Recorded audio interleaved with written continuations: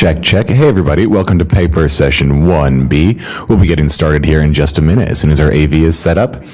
If you're one of our presenters and you haven't already talked to me, just for a refresher how paper sessions work, you can either present for 10 minutes and have 2 minutes of Q&A, or you can present for 12 minutes and get no Q&A. We are using a synchronized timing system this time, which means I'm going to be really strict about timing because we're going to try and stay in sync with the other room. So I'll give you a visual 2-minute warning. And when your official 10 minutes are up, John has given me his wonderful bell, so I'll give the bell a little ring. If you continue to run over that into Q&A, I will just count that as your lecture, and if you stop right then, we can take questions. Will this timer be for me also? That timer will be for you. Awesome.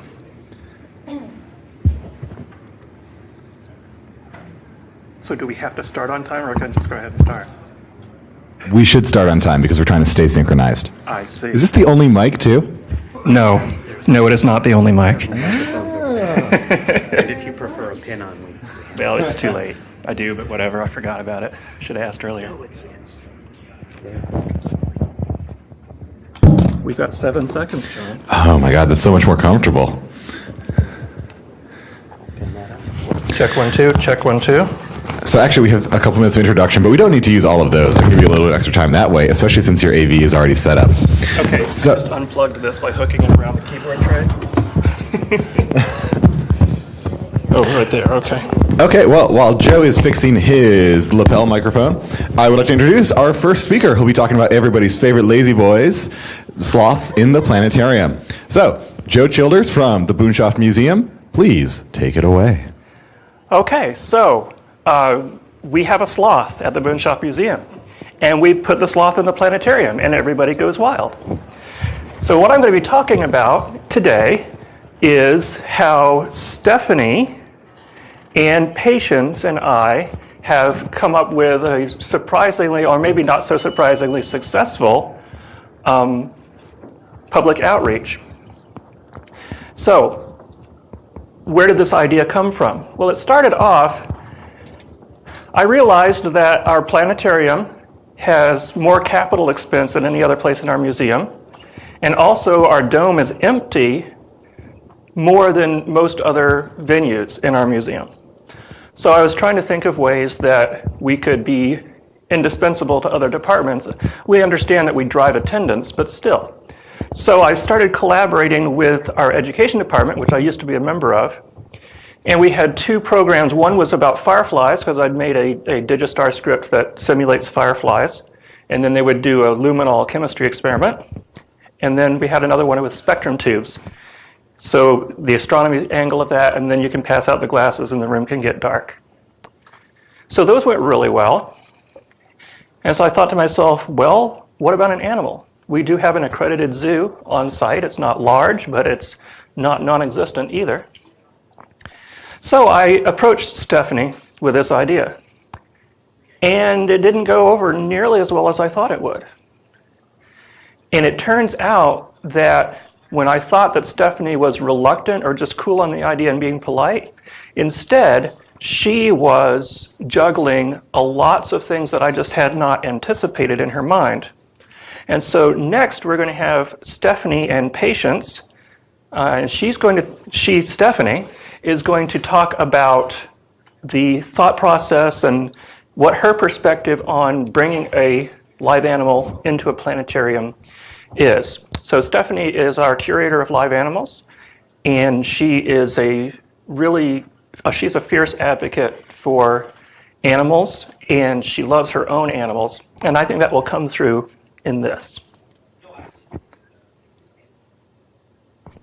right, hello, my name is Stephanie Hennessy. I'm the curator of live animals here at the Boonshoft Museum, and I have Patience with me today. And Patience is a Lynn's 2 favorite sloths. And lately it seems like sloths have gone viral. Everybody loves sloths, everybody wants to come and see Patience the sloth. But here at the museum, Patience sleeps most of the day. She sleeps about 14 hours a day, usually up about 10 hours a night. So a lot of our visitors, even if they come to the museum weekly, they only see her moving maybe once in a blue moon. It's pretty rare to see her up and moving about during the daytime. And jokingly, Joe in our astronomy department came to me and said, we should do some kind of animal program in the planetarium. So I thought about all the animals that we have for education. Most of the animals that we use for education are smaller. And the planetarium is a pretty big space, so a small animal like a ferret or something like that wouldn't really show up well in the planetarium. People wouldn't really be able to see it very well. But sloths have been super popular. Patience does really great with small groups of people. So she's not an animal that we can normally bring out for school kids, normal visitors at the museum. She doesn't like large crowds or very loud groups, especially kids can be a little scary to her sometimes. So I thought the planetarium would be a great place to do a sloth program where people can't touch Patience. So Patience is up at the front of the planetarium. We have stanchions set up. People can come up and see Patience at the very end of the program, but they're not allowed to touch her. And for Patience, that makes her a lot more comfortable that she has some distance between herself and the visitors. And also for our visitors, it's a really great opportunity for them to see Patience actually up and moving around when she comes out on her stand in the planetarium.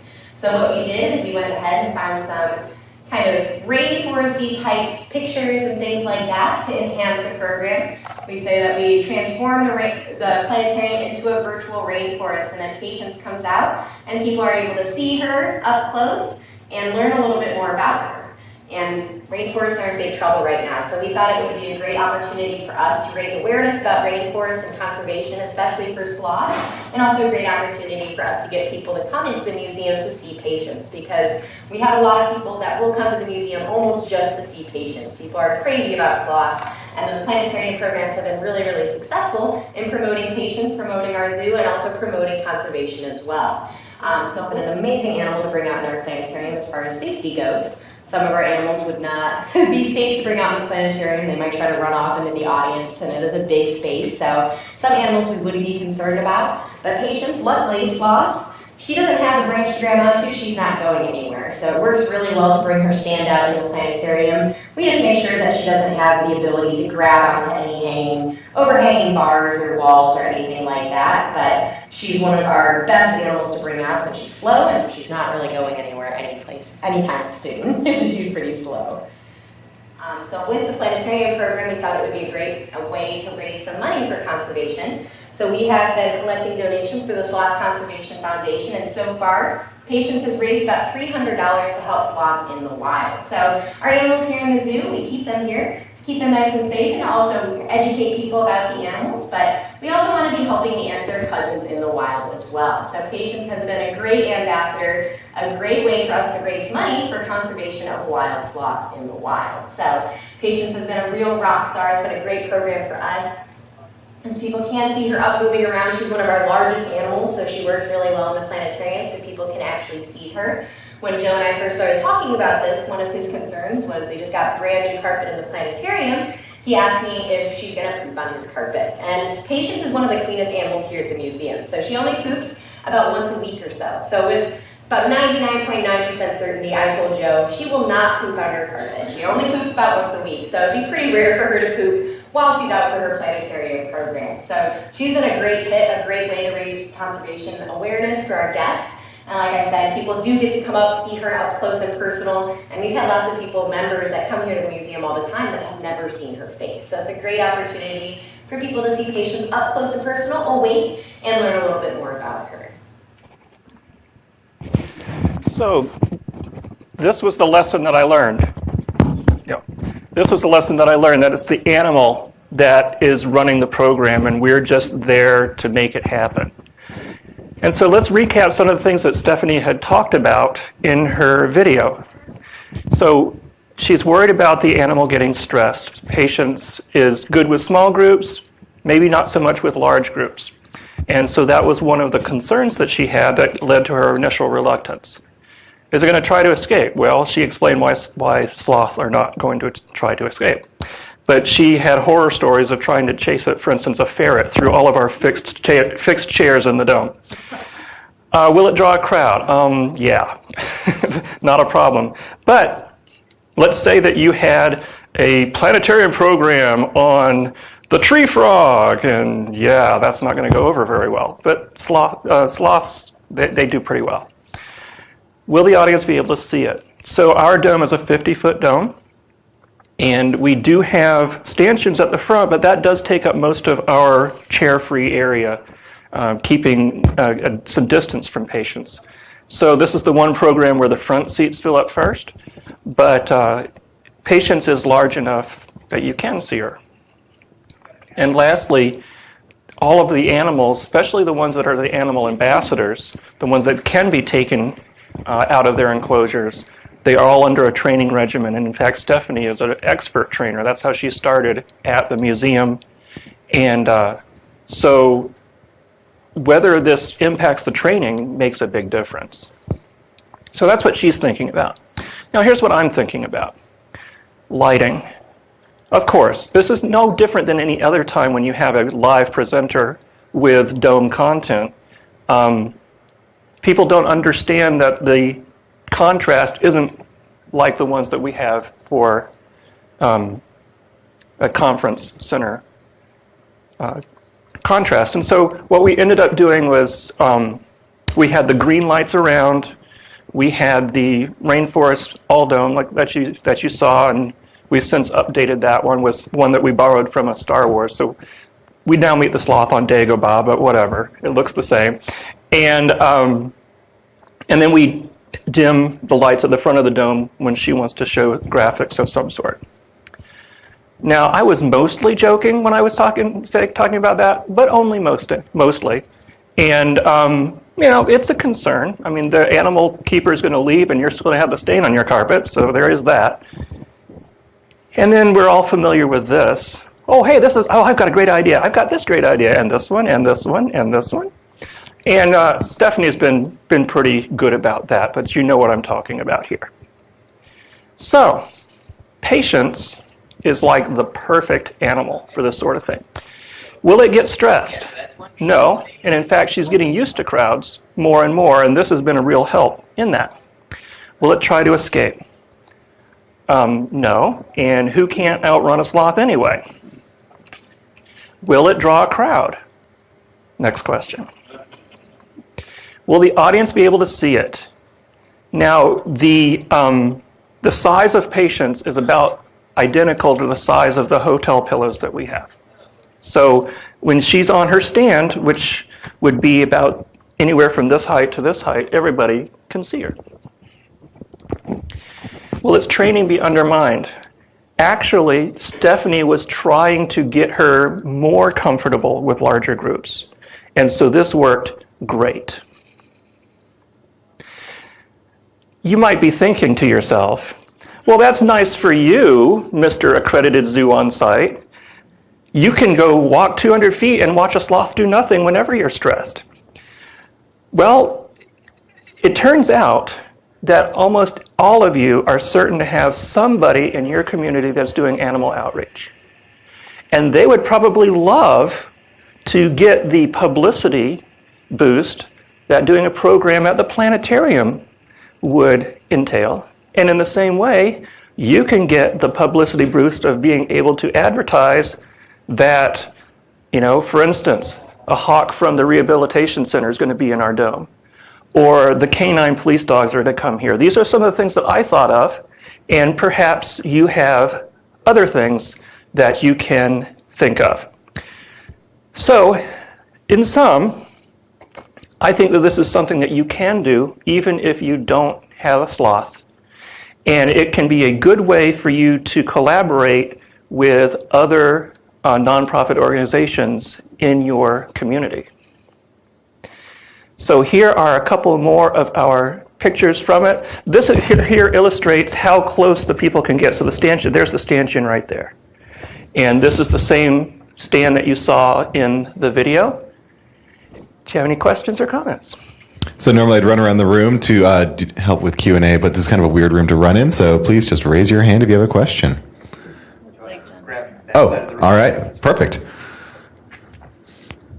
Any questions? I guess sloths are just that straightforward. We got one. Oh, there we go. And if nobody else has questions, I have a question for the audience. How long have you had this sloth? We have had this sloth for approximately 3 years. Does that sound right, Sherry?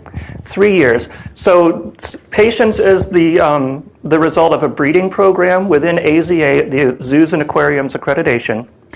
And so even though this species of sloth is least concern in the wild, There is still a breeding program, and she is a child of a sloth at the Tulsa Zoo, and she came to us. Any other questions? All right, so my question for you is, has anybody here ever had an animal of any type in your dome? Not on purpose, understood, okay. Do children count? Yes. Well, that would get back to the will it escape question. And hopefully not the will it poop on your carpet question. My hope is that getting an insight into what the zookeeper's perspective will empower you to have a more productive conversation when you first approach a community member that does work with animals. And of course, sloths make it easy, but the planetarium and the zoo are our #1 attendance drivers, and when you put the two of them together, that's a good thing. Thank you. Thank you, Joe.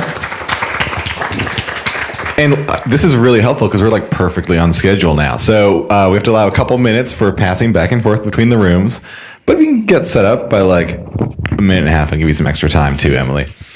So Emily will be our next speaker.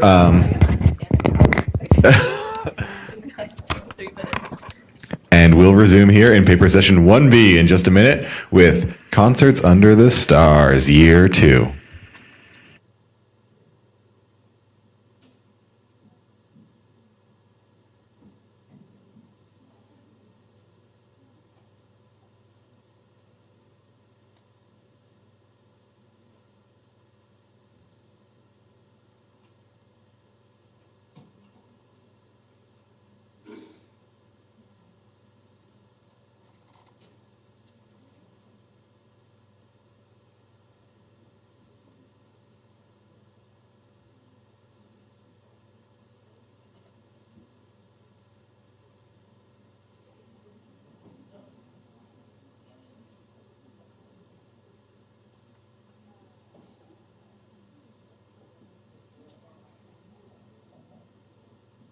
While we're setting up, welcome to paper session 1B. For those of you who are not familiar with the paper, GLPA paper proceedings, each paper will have about 10 minutes. I'm going to let people start just a second early. And we're wonderful to use the timer system. You have 10 minutes to present your paper and 2 minutes for Q&A. I will give you a 2-minute warning before the end of your 10 minutes. We'd like that hands up for 2. If you run all the way to the end of your 10 minutes, you get the bell. If you keep talking past that bell, no, you're perfect, Jeff. If you run past the bell, you are running into the rest of your talking time, and it will end at 12 minutes. Otherwise, if you stop then, you'll have 2 minutes for Q&A with the audience.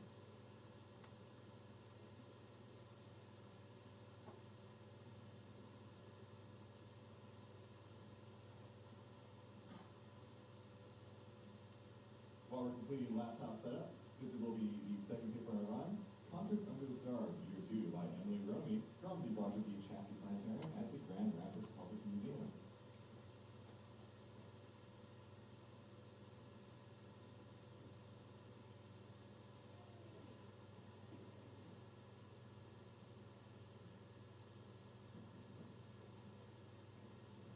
Take it away, Emily. Okay, hi everybody. Today I'm going to talk to you about Concerts Under the Stars, which was a live music series that we started, thank you, in 2017. So this was the second year that we did it. I presented about the first year, last year at Pleiades. From the start, during its first year, it was a very successful live music series. All 4 shows that we did were totally sold out. And it was just a really interesting collaboration between live local music and artists in the planetarium. So we continued the series for a second season in 2018. So I'm just going to talk about kind of the changes that took place between the first and second year and kind of improvements we made, what we learned, etc., and then some plans for the future. This was a really nice quote by one of the musicians who performed with us. So I just wanted to include that. So same as the first year in 2017, we again invited local musicians from Grand Rapids to play a concert in the planetarium. We continued the series as like a winter-spring series, January through, it ended up being May. And this year, we increased the number of shows from 4 to what ended up being 6. These are our performers. During the first year of the series, we were a little bit more reserved in who we invited to perform because we didn't really know what to expect running sound. So the bands that we booked in 2017 were largely electronic, limited vocals. We were kind of concerned about feedback being an issue. But after the first year, we learned that that wasn't as much of a concern as we thought it might be. So we were a lot more risky. And we were able to book louder, larger bands with more musicians and more equipment. There were 5 scheduled performances, and I won't go into why there ended up being a 6th one. You can ask me about that at the hospitality suite if you are curious. But we ended up marketing that 6th additional show as like a by popular demand kind of thing, and despite it being kind of an unexpected addition, it was also very successful. Oh, it worked. Yeah. Okay. So one example of the, it's jumpy, whatever. One example of the more risky bands that we booked was this 10-piece ensemble. Their frontman approached me about performing his new album for the first time front to back as recorded, which meant inviting 9 of his friends to perform it with him. So I was really hesitant about this. I was like, I don't think you'll fit. But I saw that ensemble play a few songs from that album in a living room, much smaller than our planetarium. So, we ended up doing it. And this was actually my favorite show that we've done in the whole 2 years so far. It was a lot of fun.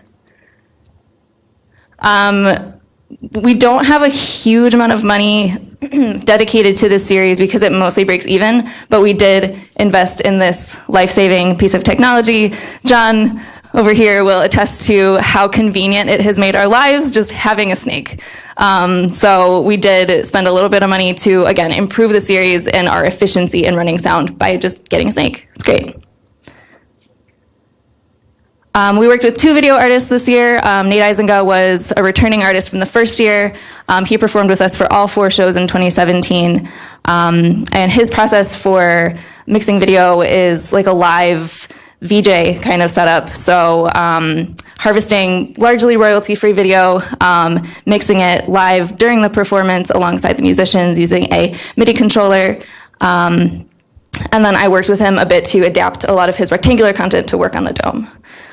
So Nate worked with us for 2 shows in 2018. And then Megan Beatrix, I think is how you say her last name. She was the second local artist that we collaborated with this year. And in contrast to how Nate's process for putting video on the dome went, she actually created a video for every song in the set, and then that would just play alongside the performance, and then she did a lot more with our lighting system. So she did have a kind of live performative aspect to her show, but her workflow was a bit different. And for this particular show, she also styled the set. So it was her idea to bring in the lamps and the pillows, and it was real cozy. So she also worked with us twice in 2018. And the remaining 2 shows, we produced content ourselves, kind of combining some cloud content, some abstract effects that we had worked on from a previous light show production a few years ago, visuals generated using Magic, and royalty-free video content, as is tradition. Let's see, clicker. So ideally, we would work with an artist for every single show because it's a lot of time and effort to produce 45 minutes of interesting-looking abstract content in basically 2 weeks. And it's fun, it's a test of our skills, but it is a ton of commitment for our time and energy. So because Concerts Under the Stars was so successful its first year, we had a little bit more money to put toward advertising, although most of our visibility was still through, Facebook events, word of mouth, and local news articles. We also partnered with a community radio station, which was our primary media sponsor for the series. And in addition to advertising the shows as just part of their regular announcements, they gave away, I think, 1 pair of tickets for every show at one of their radio shows. The posters were designed by 2 regional artists, one of which designed all of the posters the first year as a project for art school. So he had actually approached us looking for something to do, and we invited him again to design these posters. And he collaborated with a colleague of his to kind of create this more cohesive geometric style. Each poster visualizes the different musicians' sound, which is kind of cool. Cost structure stayed the same from 2017 to 2018. The advance price is really helpful, I think, because it gets people to purchase right away. And I think that's part of why the shows do sell out. And the cost structure might change in 2019. We're not sure yet. But speaking of which, all 6 shows were sold out or nearly sold out. The only one that wasn't was threatened by a snowstorm, and it was still at like 90% capacity.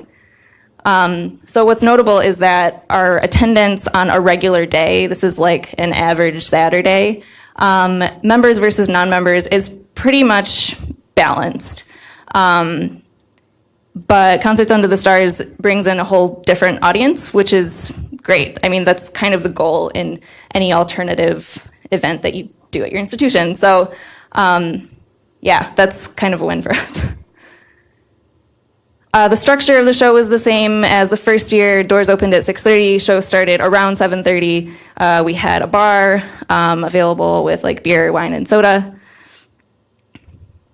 And depending on the band and depending on the video artist, we would also schedule a couple of rehearsals in the planetarium leading up to their show. So it ended up being most helpful, I think, for the video artists because it gave them a chance to make sure what they produced would work, matched up with the set and make any changes that they needed to make. But I think it's just generally helpful for everybody. The musicians had really good feedback for the fact that we did schedule these practices in the space. And it gave us an opportunity to run through everything and just get really familiar with their stage plot and audio setup. Plans for 2019. We're going back to our roots and decreasing back to 4 shows and ending before spring break, which is pretty important. It ended up conflicting both years just in the other activities that we had to commit to, and it's just too hard to focus on both big things. And in 2018, the series just ended up being so sprawling. It was like mid-May by the time it was over. So keeping it more contained to winter is a little bit more exclusive and seasonal then. We formed a committee for planning and choosing musicians, including inviting somebody from the community to give their input on the museum, like as a music venue within Grand Rapids. On the same note, we added an inquiry form on our website, so I stop hopefully receiving personal Facebook messages asking if this person's band can play in the planetarium, so I can just direct them to this handy link instead. The structure of each event will change slightly. Instead of one long set, we are planning to do 2 shorter sets with an intermission, so that allows people to, go back to the bar, use the bathroom without feeling like they're interrupting the show. And then it also makes the experience a little bit longer overall for the visitor. And ideally, again, we hope to collaborate with a video artist for all 4 shows to lessen staff time. And kind of a handy thing is that we had an AV upgrade elsewhere in the museum this year, so we do have some more gear to play with if needed. Mostly microphones. So I'm excited to see what happens in 2019. We're in the planning stages right now, so questions?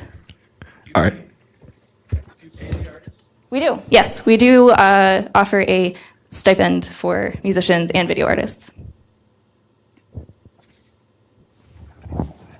Were there any unique audio issues that you ran into for bands that maybe are using more of the guitar and bass and drums rather than synthesizers or things that would go straight into a board? I don't know if John could answer that better than me, actually, but I wouldn't say like issues that we ran into, but I think we definitely saw what our limit is for like the type of band that will work really well. And one of the bands that played actually ended up bringing their own sound guy because he was more familiar with them, and that was really helpful. But it was like they were kind of pushing the volume of what sounds good in that space. By the way, when you have a question, please wait for the mic because you are being streamed. Any other questions?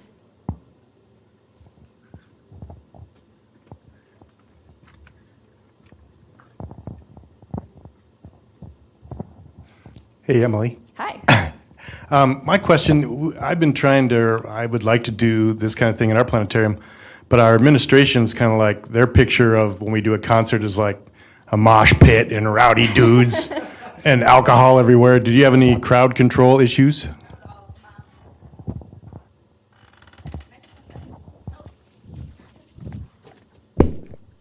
No, we didn't have any crowd control issues. And so one of my favorite things about this, and we're almost out of time, is that the museum... You are out of time. The museum as a music venue is a safe space, and it's not a bar. So it's just an experience to be had. All right, thank you very much, Emily, for your wonderful paper. All right, we have a couple minutes to shift gears to our next presenter, who will be Anna Green. Or Anna Ver. So give you just a couple minutes to move over while we swap the AV.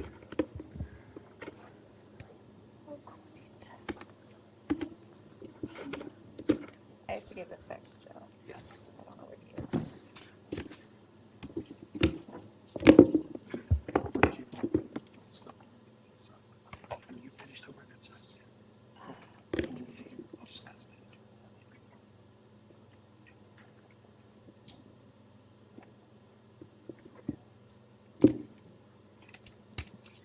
Anna, would you prefer a handheld microphone?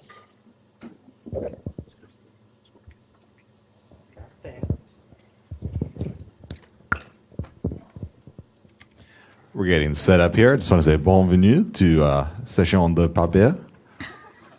En bas, where Anna Green will be talking about Notre Ciel. I don't understand what you're saying at all. My pronunciation's really bad. It's okay. You can work on that. I did for like 3 semesters. It's all good. That's 3 semesters more than a lot of people. So, for the refresher, for anyone joining us for the paper, GLPA paper, the presenter will have 10 minutes plus an optional 2 minutes of Q&A, or they can just keep running over into those 2 minutes and fill them up. During Q&A, John and I will be running around with microphones because you are being streamed. So, for the sake of people who are watching, who probably are watching, because actually people do watch our stream sessions, as well as the permanent recording, if you can wait for the microphone to come to you so we can record your question as well. I know that takes up time.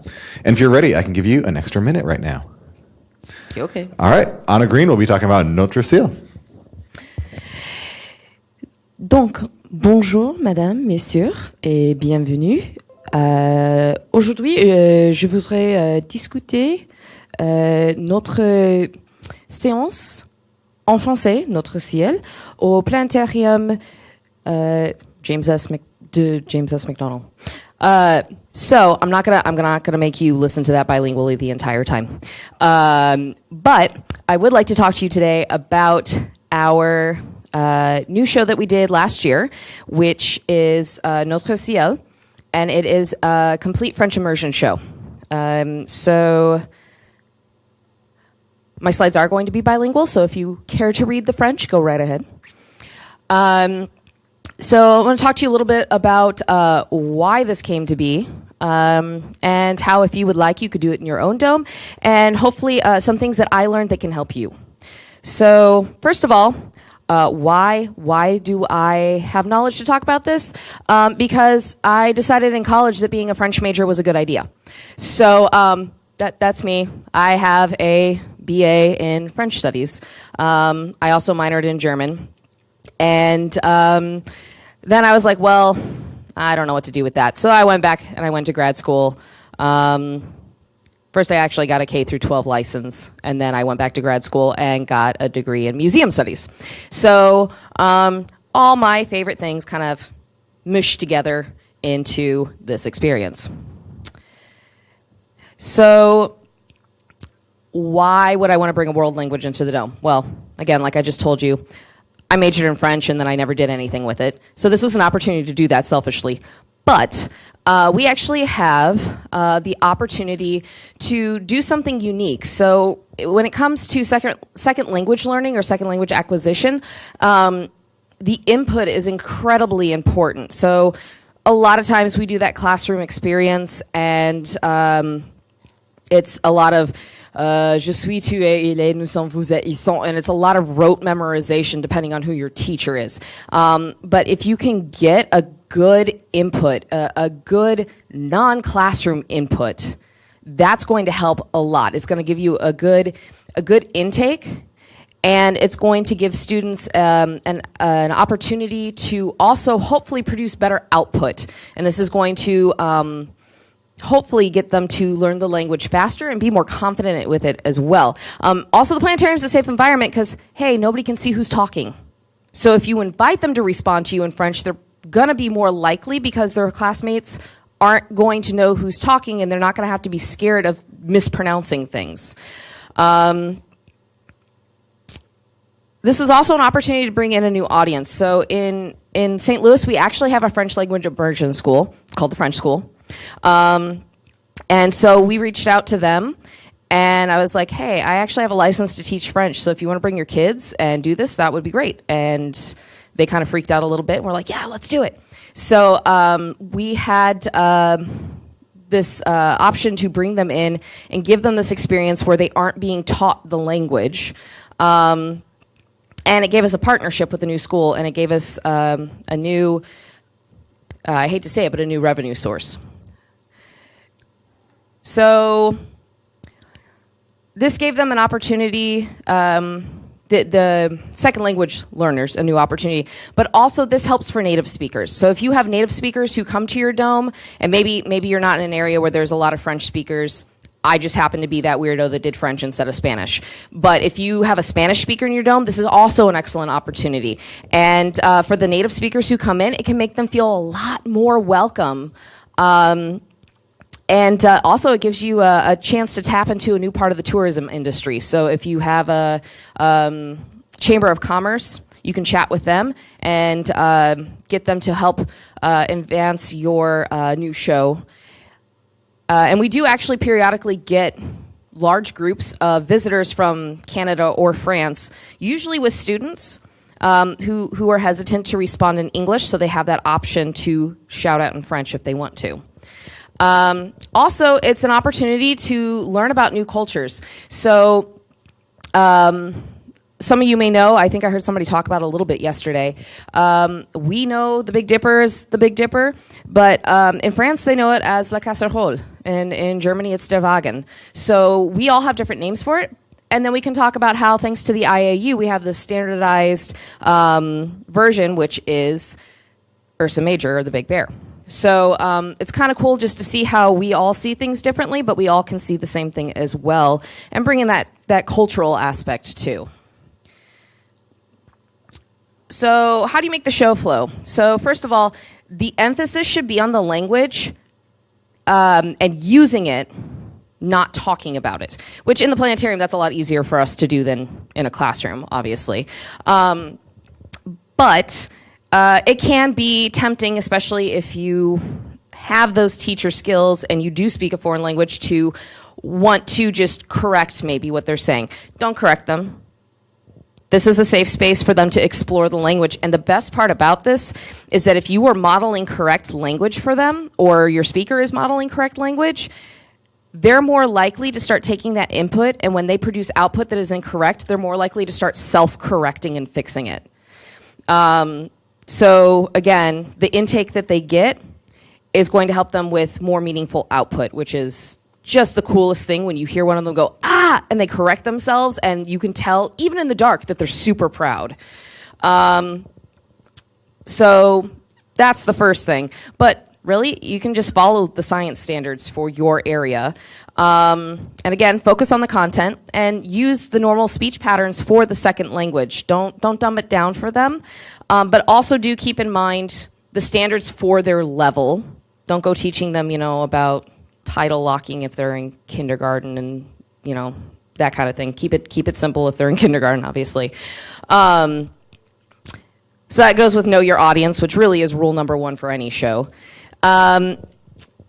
You can also base it off your normal first or primary language show, and just kind of tweak it a little bit as needed.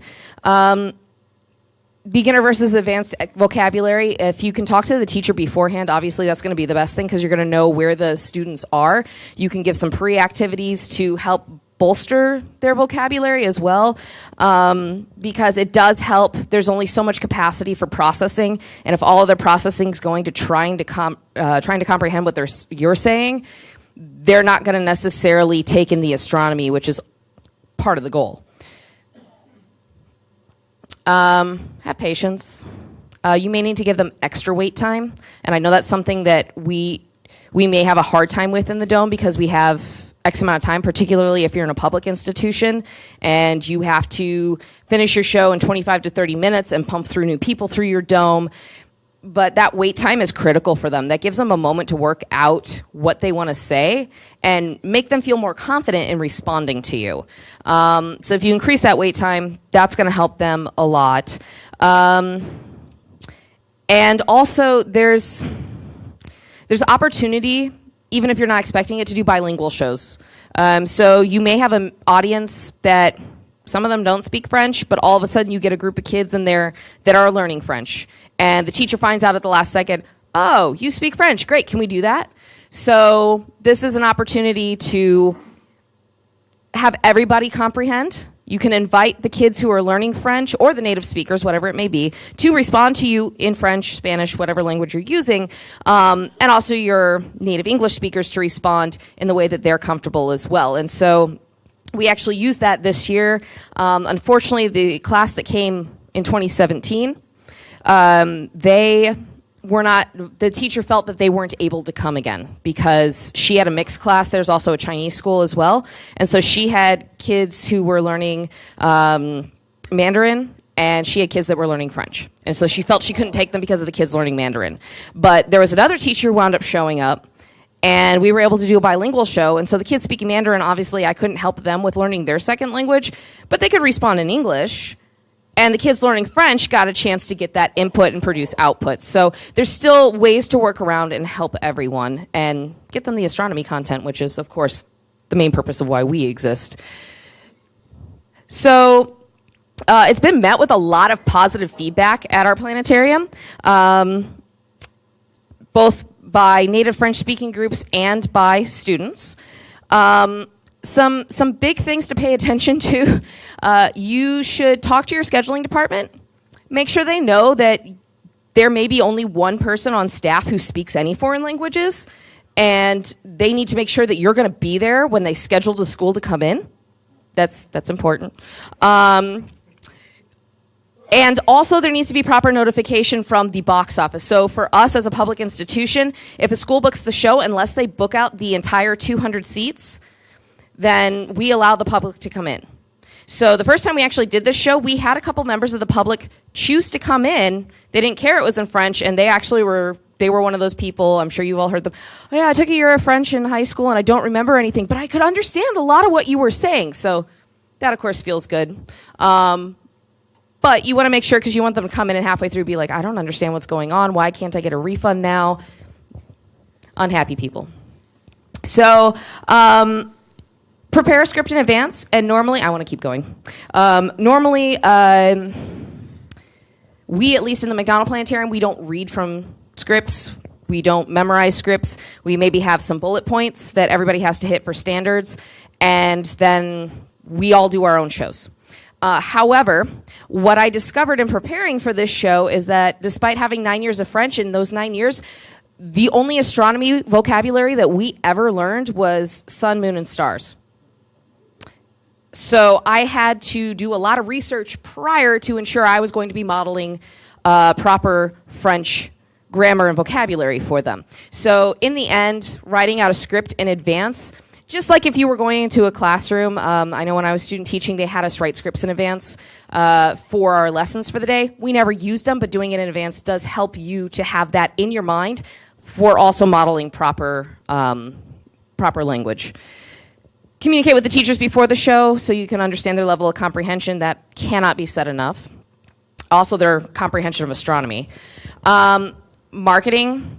I know this is something that I think all of us struggle with for anything in our planetariums. But personal communication obviously is the best. Reaching out to the teacher, talking to them, getting to know them, and bringing them in. But you can use other methods if those work for you. You need to be flexible. So if need be, like I said, switch to bilingual from just complete immersion. Again, we had positive feedback. It's a new opportunity for both revenue and talking to teachers, and helps you get new culture across. And it's for us, it's been a great opportunity. So I hope that if any of you had foreign language speakers, also if you're in a school with foreign language teachers or world language teachers, you can work with them and fly for them while they speak to their students, teaching them the astronomy. You can help them with the astronomy if they need it. I have 4 seconds left, so if you have questions, please come find me anytime today. And I'm going to give it to Dan. All right. Thank you, Anna Green.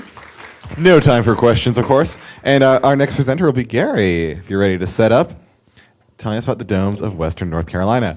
We'll have a couple minutes to swap over, let people move between sessions. So now you can get up and move, or you can sit back and be comfy.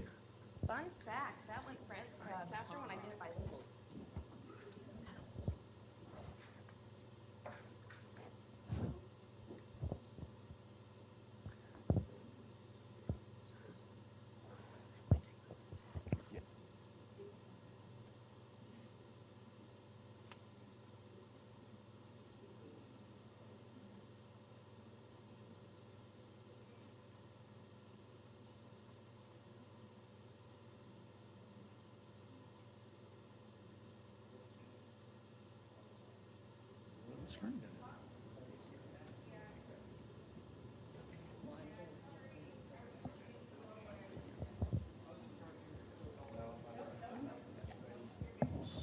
Just a refresher on GLPA paper procedures.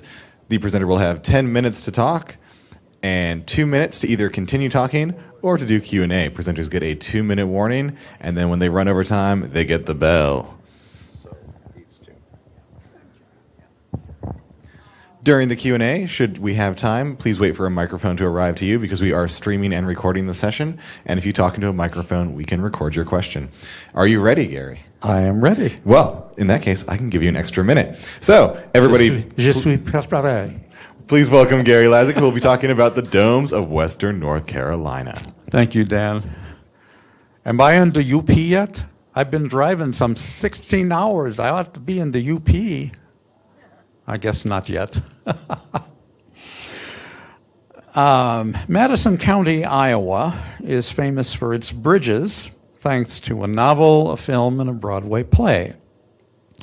Western North Carolina is famous for its mountains, waterfalls, and craft beer. In addition to these attractions, Western North Carolina also sports a brace of planetarium domes, albeit portable ones. Since relocating to Weaverville in 2016, I've been volunteering in each of these domes and keeping tabs on prospects for a third. Their stories follow.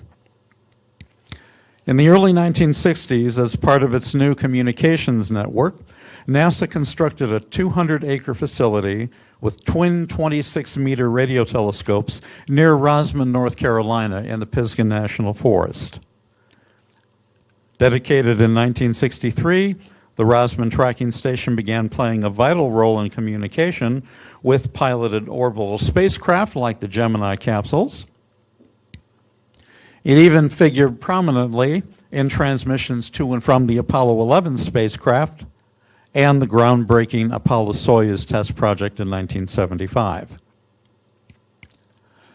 By 1981, NASA no longer needed the Rosman facility and transferred it to the Department of Defense.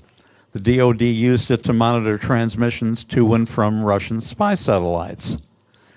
To show the Russians that Rosman bore them no ill will, engineers painted a smiley face on one of the smaller radio dishes. In 1995, after the end of the Cold War, the DoD closed the station. The USDA Forest Service, which owned the land, dictated that the DoD remove or bury all of the structures at Rosman and return the area to its natural state. Don Klein, a retired telecommunications engineer and meteorite collector, intervened. He traded some land he owned to the Forest Service in exchange for the Rosman property and created the public nonprofit Pisgah Astronomical Research Institute, PERI. Today, PERI operates and maintains the twin 26-meter radio telescopes, along with several smaller ones, automated optical telescopes on a high ridge, a nature center with an attached sky deck for use by portable telescopes, an extensive exhibit area with space artifacts and a large collection of minerals and meteorites, and most recently a small restaurant and set of cabins for overnight stay. One of PERI's buildings houses Adventure Dome, a 22-foot inflatable Starlab dome. Inside, a Digitalis Digitarium Zeta Pro has replaced the earlier Starlab projector. Public and student visitors can enjoy live tours of the current evening sky. I present shows and help with telescope viewing several times a month. In 1960, the mineral collection of retired engineer and bank president Burnham S. Colburn formed the nucleus of a gem and mineral museum. After relocating in 1972, the museum became the independent nonprofit Colburn Gem and Mineral Museum. In July 1992, the museum moved to the Pack Place Arts and Science Center and rebranded itself 10 years later as the Colburn Earth Science Museum to reflect a broader mission. It became a popular destination for school field trips. The need for more space, the desire for an even broader mission, and the growing untenability of the Pack Place location conspired to transform the museum into the Asheville Museum of Science, AMOS. The museum moved into its current facility in the Wells Fargo building in 2016. New and old exhibits include a full-sized dinosaur skeleton, the Colburn Hall of Minerals, of an Illuminati geodome panorama for simulated space travel, an interactive Terra box, a forest gym, and an interactive model of the French Broad River. On Sunday afternoons, I become Star Guy, inflate a 4-meter Digitalis dome into the Star Dome, and present live sky tours using a classic Starlab projector. To tell the truth, although I like the versatility of the Digitarium Zeta Pro at PERI, I much prefer the realism of the Starlab Starfield at AMOS. The system also travels to schools and day camps. In 1994, a county landfill near Burnsville in western North Carolina closed. County leaders sought to use the space as well as the landfill gases. 5 years later, the former landfill reopened as Energy Exchange. Natural gas drawn from the landfill provided fuel for such arts as glass blowing and ceramics.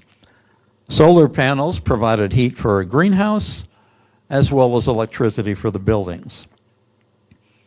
After a decade of operation, the methane supply proved too unreliable for the artist, and Energy Exchange closed. One of its partners, Malin Community College, took over the site and began developing it as an earth-to-sky park. The dark night skies over the location led them to apply for and receive designation as a dark sky park from the International Dark Sky Association. Recently, private donors Warren and Larissa Baer provided funding for the Baer Dark Sky Observatory above the park. It opened in spring 2017. The observatory features a 34-inch f3.6 star structure Newtonian telescope on a Dobsonian mount, the so-called SAM scope. College staff and volunteers from the Blue Ridge Astronomical Society provide public observing throughout the year. Each of the facilities I have profiled has undergone profound transformation and is researching prospects for further development. Perry is considering the construction of a new building to serve as its museum and possibly to house a permanent planetarium. Amos is considering expanding their footprint should Wells Fargo vacate the building, possibly including a permanent planetarium.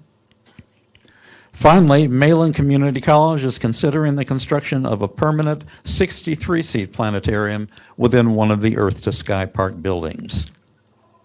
I am monitoring each of these prospects, and I will let you know via the GLPA newsletter if any of them begin to take shape. Questions? Comments? You get a ton of time for questions, too, I know, Gary. I know. So, yeah. Any questions from the crowd? So I'm trying to understand which domes are which. So you have the Adventure Dome, which is a 22-foot Starlab dome. At Perry in but with a Rossman. Digitalis projector. Right. What's the model of the projector? It's the Zeta Pro. Zeta Pro. And Yeah. then at Asheville, you have the 4-meter Digitalis Digitalis dome. dome with a Starlab projector. It's sort of a smorgasbord of planetarium equipment. Yeah, and we have the classical Starlab projector. Cool. Is that a fiber arc or a regular? Regular. Regular, okay. Yeah, I Still like that has a heck of a star field. Yeah, thanks.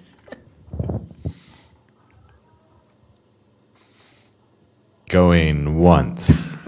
Going twice. If there are no questions, I'd like to thank Gary for his presentation. Thank you. We are now ahead of schedule, but because the goal is to stay in synchronization with the other room, Sue has a great big long time to set up, and everyone else can just sit back, relax, get some water, might be some snacks around, and we'll resume here in just under 5 minutes. I know. It's the first time I've ever come up short. I think it's the first time anyone in GLPA has ever come up short. Thank you.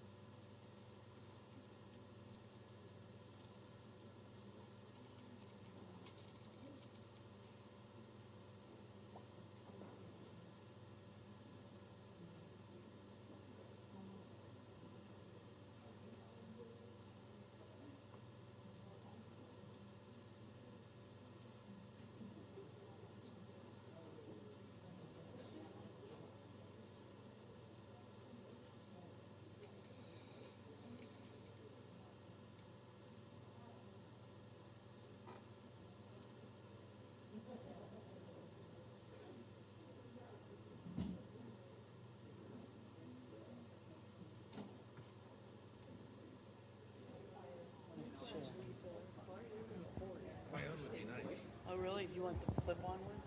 No, but you can do the clip-on, but no. I don't want to compare this. So the if you're going to use handhelds, I would both use handhelds because the clip-on is quieter than the handhelds. So this way you'll be matched in volume. Sarah, you're in the right Be place. so loud, nobody can handle it. All right, good. So it's on. It's just on.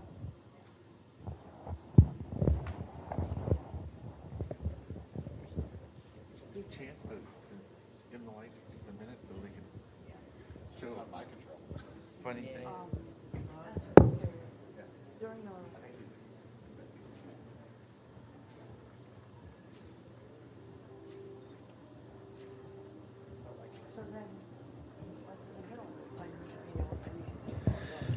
If you're just joining us, we are a little bit ahead of schedule, so we'll get started here in about 2 to 3 minutes.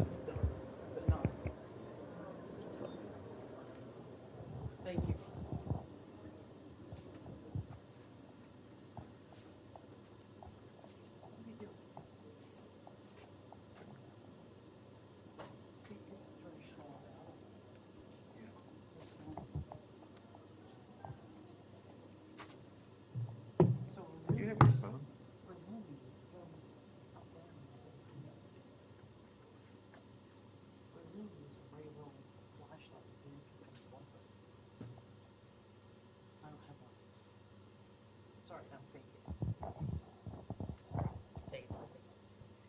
gonna fit right in.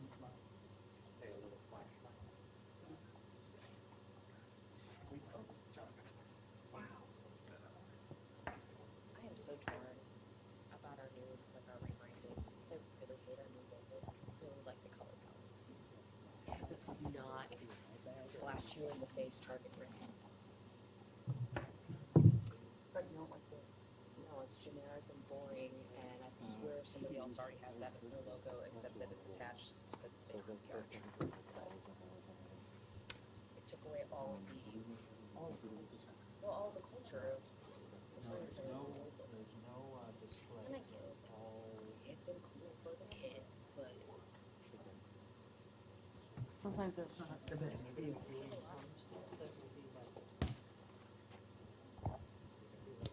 so it's why it's a wrong version of it now.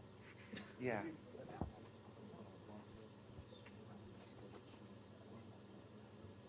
I'm not gonna lie, I wasn't the strongest in chemistry. Physics and biology were my jams. It's gonna be the end of the last session, in just 5 minutes. Other than math. Then it's 3 minutes. At least I'm prepared for it. I'm not supposed to. I'm just that generous. Appreciated We it. both need. I won't need. Okay. If you're just joining us, we're a little bit ahead of schedule in this room, so we're going to wait just a couple minutes before we get started.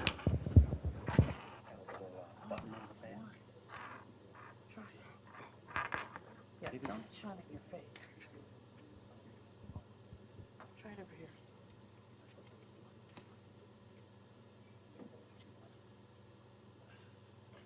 Not much. Maybe both of them. No. Because That's our problem. if what happens? Show him. There are 6 LEDs in there. Oh. You get each star is a star cluster of 6. Right. It's a Pleiades projector. For those of you just joining us in paper session 1B, we're just a little bit ahead of schedule. GLPA paper procedures are each presenter has 10 minutes to present. They will get a 2-minute gentle warning. If they go over 10 minutes, mess with tell, they get the bell. At which point they will have 2 minutes to either continue talking or 2 minutes for Q&A with the audience. If you would like to ask a question during Q&A, please raise your hand so we can bring the microphone to you because you are being streamed and recorded, and that way people will be able to hear your question. So we'll get going momentarily. 1 minute, so people still have time to stay in sync. Thank you for not ringing the bell during my session, by the way. You know me well. Well, and like the first time when you did it during, I guess it was Emily's, I was like, oh, I'm gonna have major anxiety if that happens. That's why she kept talking faster. Well, and I was keeping an eye on my time because I did not want the bell to happen. It's nice. Yeah, you still need the person to be like, stop. Also, this is a very easy group to moderate. You guys are very good at self-regulation. So we can start whenever you're ready, Sue. Yeah. Okay, everybody. Sue Batson is here to talk to us about the dark side of constellation storytelling. Thank you. With Buck. Okay, I was going to say with Buck. So I'll start. Hi, I'm Sue. I'm a planetarian. I've retired a couple of years ago, and I can't really get that out of my system. I'm still a planetarian, and I don't have a planetarium. I do have a portable dome. I've moved to a rural community. The kids are really good at seeing the sky. I'm starting to get into the schools and talk to the teachers. I don't have a projector.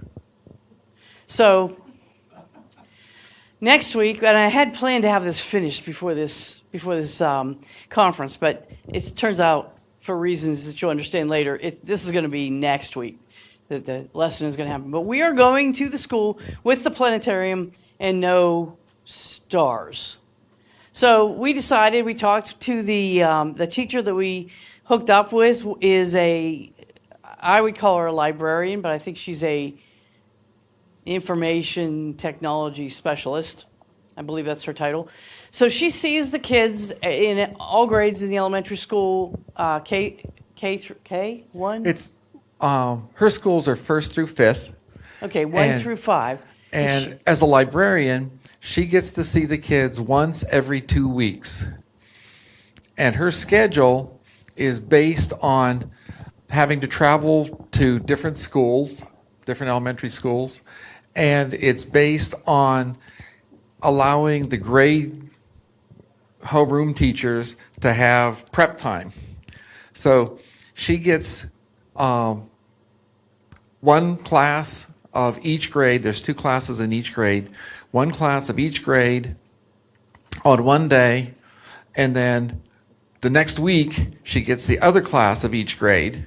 So she doesn't get to do like first grade. She doesn't get to do 1st, 2nd, 3rd, 4th, 5th. It's kind of a random whatever the principal works out so that the homeroom teachers get their prep time. So it's kind of difficult for her, and it's taking much longer for this project to grow than we thought. Because we thought, well, 1 week, 2 weeks she would do this stuff, and then we would come in. Well, 2 weeks really means 4 weeks, and it means that when we go in, we have to go in for 2 weeks. So that sets up an interesting schedule for us, and so we have challenges all around with our technology challenges and with the schedule challenges. So what we ended up with is we are going to do constellation stories, which the kids all love. We are going to allow the kids to do some creating themselves. She's going to group them into groups of 4, and each group of 4 is going to receive a constellation projector to actually create. And the 5th grade class, I believe, is going to create the projectors, and then everybody's going to use them. So I gave her a bunch of oatmeal boxes. I emailed her some templates that I had drawn constellations and then flipped them and then photographed them, scanned them, and sent them to her. So she's got them printed out, and what the kids are going to do is tape them to the top of the box, or actually the bottom of the box, and then poke holes in it, which she thought her older kids would be better at poking holes than the little kids. And then each group is going to use them. I came up with 8 templates for them, and the 8 templates are going to be constellations. They're actually real constellations with a couple extra stars. I added some of the dimmer stars in, or some of the ones that were outside the borders of that constellation. And I didn't tell them what they were. In fact, I didn't tell her what they were, because teachers sometimes give away those things to the kids. So they're going to have a bunch of stars that they're projecting through a box. And then, do you want to talk about how we make these, and you want to show them this? Sure. If you haven't ever done this is a fun thing to do with kids. And in the old days, you had your big 4-cell flashlight, and you'd put it in here. And today we now have LED lights. And I found out that there are some challenges for this.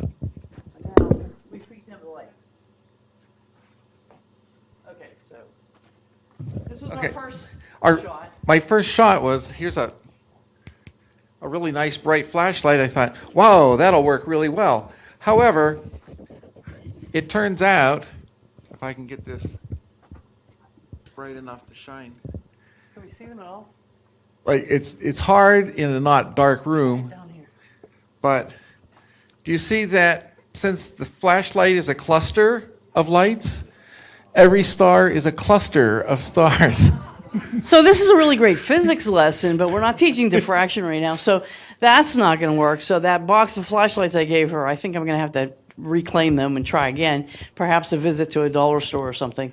I found that cell phone works really well. These are all binaries, but that worked out a little bit better. And so somebody graciously gave us a bright flashlight that has a single light in it, but it doesn't cover all the stars.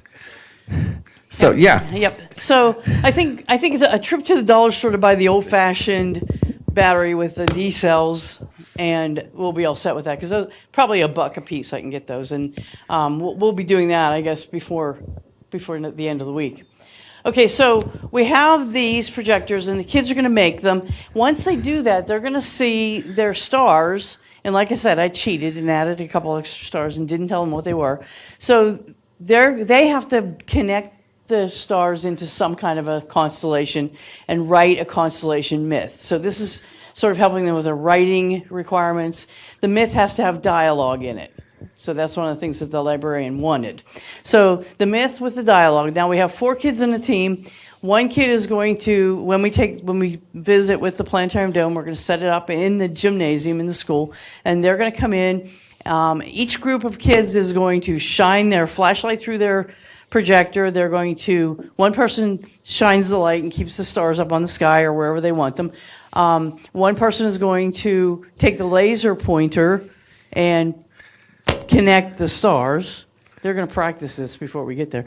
And then one person is going to tell the story, and one person is going to do the dialogue. So we have a role for each kid. That's particularly good when you're talking about younger children, to give them specific roles to do. So they're going to do that. I think maybe a minute or 2 for them to tell their story, because they're not going to be long stories.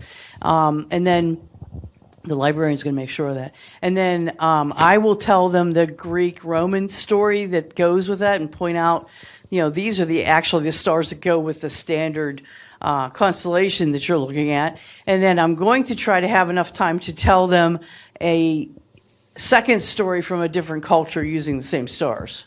So the constellations I chose, specifically, I happen to know stories that are from varied cultures that will go with those. So all in all, it's going to be I think a good visit. We're going to end up going for we go for 2 days a week for 2 weeks, because there's 2 different schools that are trying this.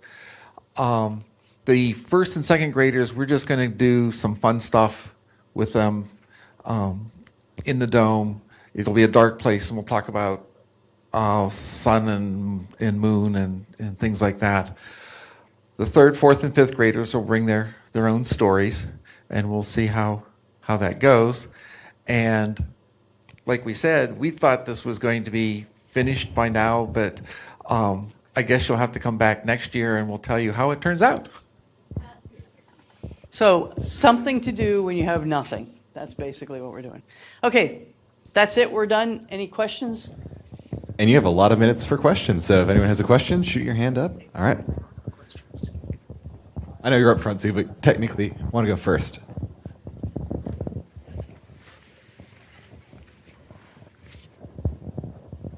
How did you come up with this idea? How did we come up with this idea? Well, we looked at our resources and we said, well, the dome is really cool. The portable dome is really cool, and kids will like it. And we wanted to become active in this new school, in this new place we moved to. And we looked at what we had and we said, well, this is all we can do. And the oatmeal box projectors, this is a super old idea that we were doing, when I was in elementary school, people were doing that. And I remember making these when I was 8 years old or whatever. And then? What kind of dome do you have? The dome is a 6-meter, I don't know, you have to ask John Hare. I bought it from him. Is it a digital projection screen type thing, or is it an old Star Lab, or it's black? It's a big black. Oh, could be an Apollo. Okay. And where did you get all your oatmeal boxes? Do you eat a lot of oatmeal? I do eat a lot of oatmeal. All right. Any more questions? Unless you have anything else to say, Sue and Buck, thank you very much for your time and your presentation. Okay, thank you. We now remain ahead of schedule over here, so we're going to wait a few minutes for the changeover before our next series of presenters from the Adler Planetarium, whose names I notice are not alphabetized, which really bugs me. So it will be Nick Lake, Sarah Smale, and Mark Subarao.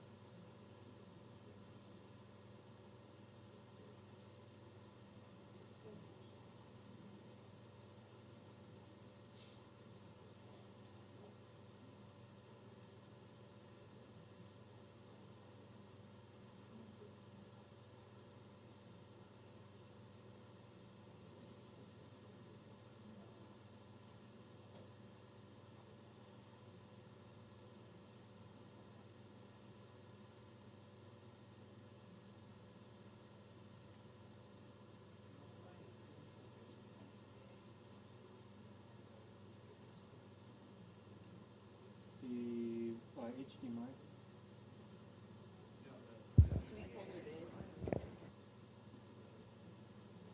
Not to what?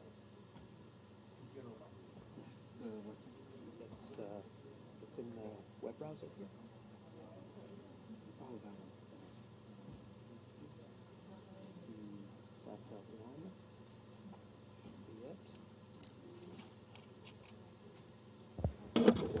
If you're just joining us from the other side, we're a little bit ahead of schedule here, and our next presenters are wrapping up with their setup. It will be Sky Show Summer Camps with Nick Lake, Sarah Smale, and Mark Subarow from the Adler Planetarium.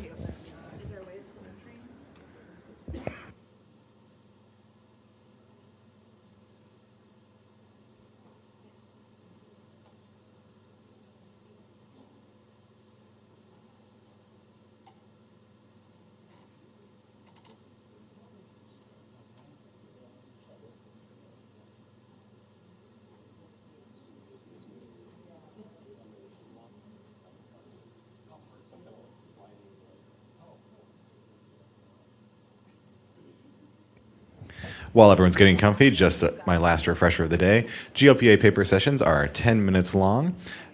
Presenters will receive a 2-minute gentle warning and a 1-minute danger, or a 0 minutes danger warning, at which point they will have 2 minutes to either continue talking or for Q&A. If you have a question during Q&A, please wait for a microphone to arrive at your location to ask it, because you are being streamed and recorded, and that way people out in cyberspace can hear you talking. Or in the future when we watch the recording.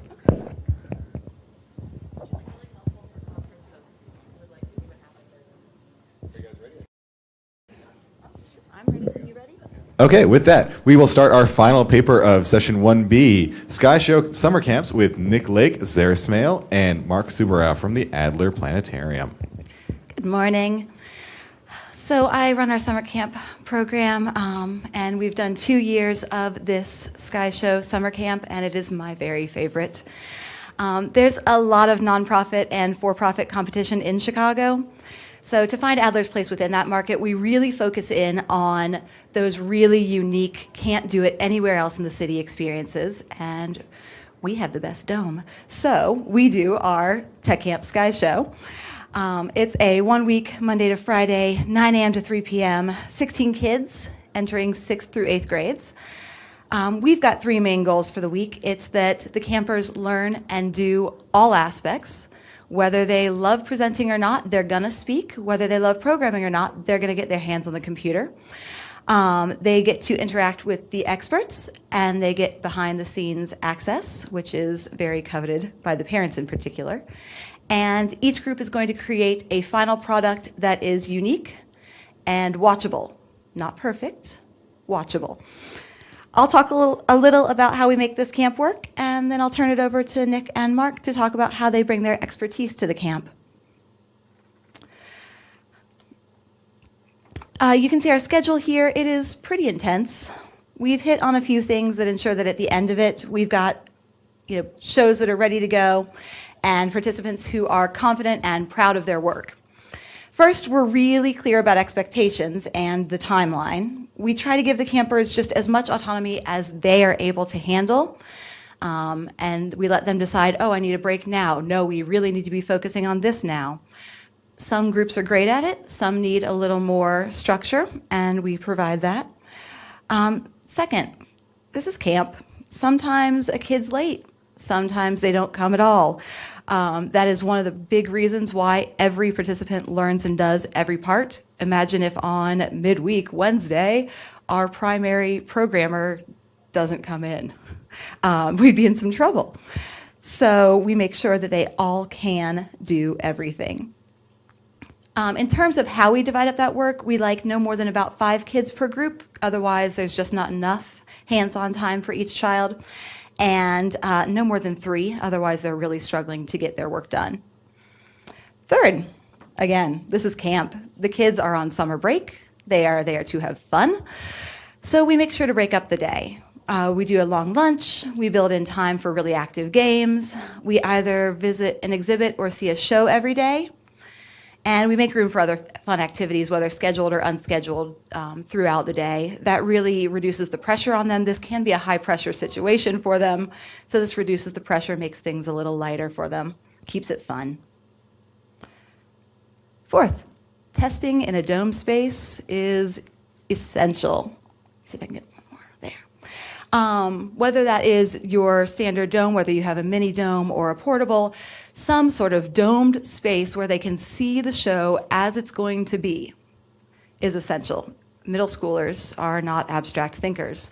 They see it in their little circle view on the laptop screen, and they cannot imagine what that's going to look like up on the dome. Truth be told, neither can I. I am not good at that. So the more practice you can get, the better. Otherwise, you get shows like that. Nobody likes to watch a show like this. So the more testing you've got, just the better. Finally, as in just about every single thing involving a guest interaction, you live and die by your staff. In addition to our outstanding experts, we keep an instructor, a counselor, and a volunteer in the room all the time. They are sort of the backbone. They are always present. They keep things on track. And they manage those camper needs, the endless bathroom trips, all of that. And then they can pinch hit for Nick and Mark when they can't be in the room. Their job is basically to see that big picture and ensure that everybody is moving towards Friday morning when they present. And of course, we have the content experts, Nick and Mark. We could train the instructor and counselor sufficiently to do the content, but we really think that adding that expert portion is really, really beneficial. It really adds something to the final program. Cool. Yeah. So my role in the week is kind of doing what I do with our operators is training them up to be public speakers and being comfortable in front of a crowd. The timeline of the week certainly works against that in some ways. It's a very quick timeline. So Friday morning is when they're presenting to friends and family. So keeping them on schedule and really setting the expectations for what these presentations are and are not at the beginning of the week. We shouldn't expect perfection out of these shows. We want the kids to have something that they're comfortable with, that they have come up with, topics and content as well. So it's important that, if a group is maybe trying to find the coolest image they can and they're just sort of stuck on that for an hour or something, or trying to get something perfect, to encourage them to recognize that, it might not be exactly what you want, but let's move on. Let's get to the other things like script writing and preparing your presentation. That'll be especially important on Friday morning. So starting Wednesday, we lead the campers in a series of public speaking improv games. We have a few of these, which I can talk to you more in detail on, but one in particular, we have just a stack of like 100 index cards, and each one has a random noun on it. And so a camper gets 4 or 5 of these, has to stand up in front of their peers and tell a story that incorporates all of those words in a coherent narrative and hopefully a concise narrative as well. So this gets them kind of out of their minds a little bit. They're able to just be up there talking to their peers, goofing off a little bit, telling a funny story, and hopefully in some ways forgetting that they're doing public speaking at that point. And hopefully that concise, coherent narrative and storytelling finds its way into their script writing, which they're doing at that point as well. They're also given 2 chances to practice their shows in the Granger Theater. That's on Wednesday and Thursday mornings. So really the difference between Wednesday into Thursday and Thursday into the final presentation is just amazing. They come out of those with a little bit of peer feedback, hopefully constructive feedback. So they've got a whole list of things that they're going to be working on for the next few hours coming out of that. And the pressure leading up to Friday, I think, keeps them moving along as well, so it works out pretty well. That is one of the things that we've thought about, is making this a 2-week camp, which would obviously increase costs, but the ability to kind of get to where we are on Friday and then go beyond that with the next week would really be pretty amazing. So Mark's now going to talk about our choice of Worldwide Telescope, particularly for this camp. I have my own mic. So let's talk a little bit about the technology. So if you think about it, it's hard to make a planetarium show. And then the idea of taking middle schoolers, giving them a couple of days and having them build a show seems a little insane. And there are a couple of things that enable this process. One of which is Worldwide Telescope. So one of the inspirations was a project that had been done by the American Museum of Natural History called, I forget exactly, the Digital Flight School or Flight Academy or something, where they trained up high school students over the course of, I think initially over the course of a summer, and they've shortened that now. But Worldwide Telescope enables you to put things together much faster than most of the traditional planetarium software. So here you can actually see the interface that the students are working in. You see them working in the dome mode. This is one of the shows that was put together by Girl Power Ravioli, one of the teams. But it's basically this slideshow thing. At its simplest, you just fly to one spot, you click slideshow, then you fly to the next spot, you click that, and it goes from place to place. And then you can get fancier with transitions and animations and whatnot.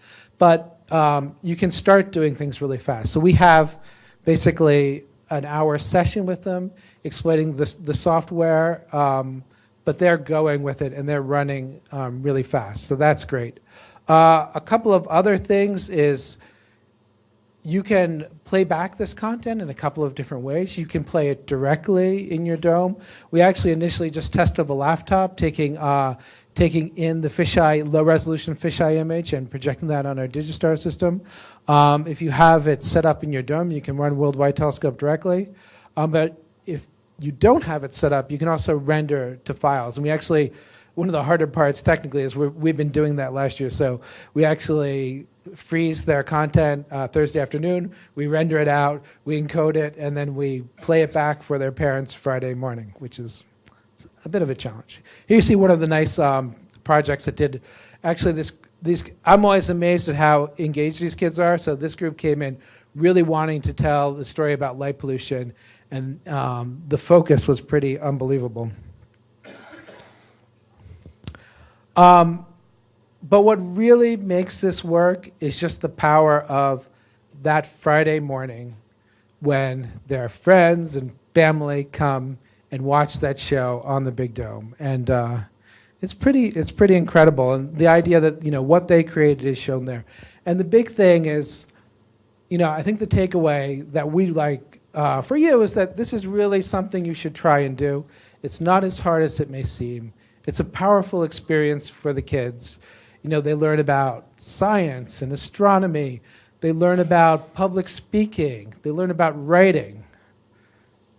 All kinds of other things that I forget. Oh, the technology. And it's a great experience for their family who get to see their children up on the big stage. Thank you very much. Thank you, Mark, Sarah, and Nick. Any questions? All right, John's going to run it over to you, Doctor.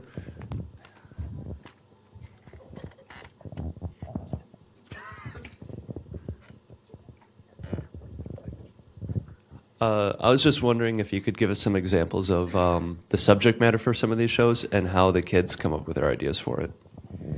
That was one of our big questions was, do we need to lead them towards some subjects, or are they going to figure it out? I kind of refer to these camp kids as like pod children. They come in just like, we're ready, we're doing the thing. They come in with some really solid ideas.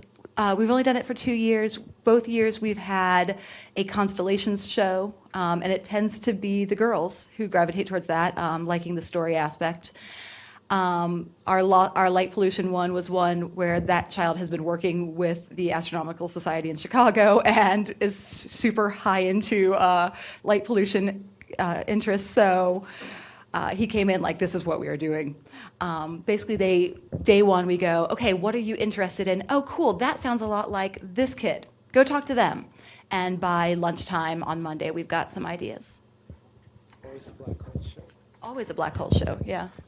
Black holes are cool. And this will be our last question from Alex Mack. Is this grant funded, or do you actually charge the kids? And if so, how much? Good question. Yeah, currently it is a charged program. We are looking into ways to underwrite it so that we can bring some equity and bring in kids from other parts of the city rather than just those who can pay. This is a $325 camp. which is actually the lower tier for Chicago. That's in market value. That's actually towards the bottom for a week-long camp. And with that, time is up. Thank you again to Nick, Sarah, and Mark. And that concludes our first paper session of GLPA. The sponsor hall will now be open for the next hour, so you can take some time to talk to your favorite sponsors or your non-favorite sponsors and learn about some of the competing products out there. And I'm sure our presenters will be happy to hang around to answer more questions if you happen to have them. Thanks for coming, everyone, and we will see you later in GLPA.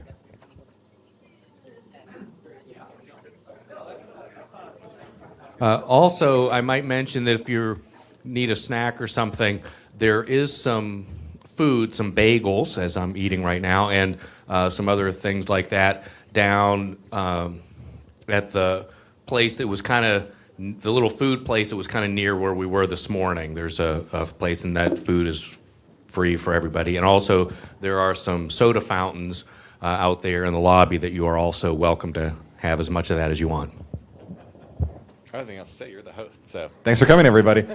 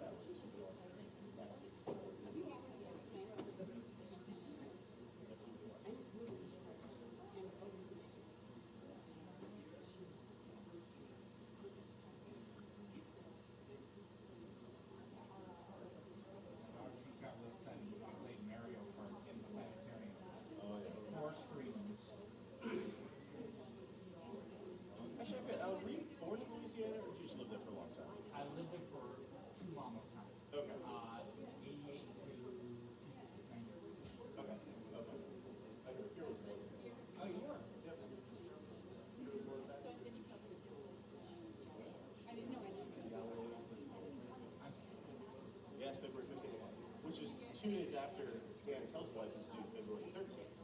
He's got his fingers crossed hoping she makes a change.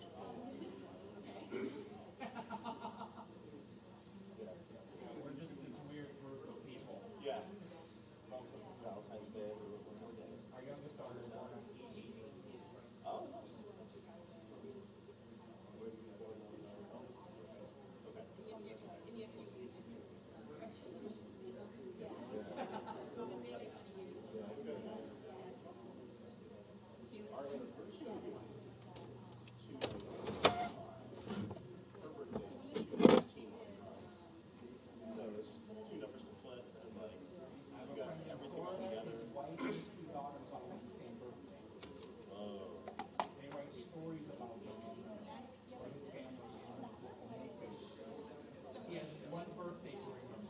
Yeah, it's funny. We got anniversary, Valentine's.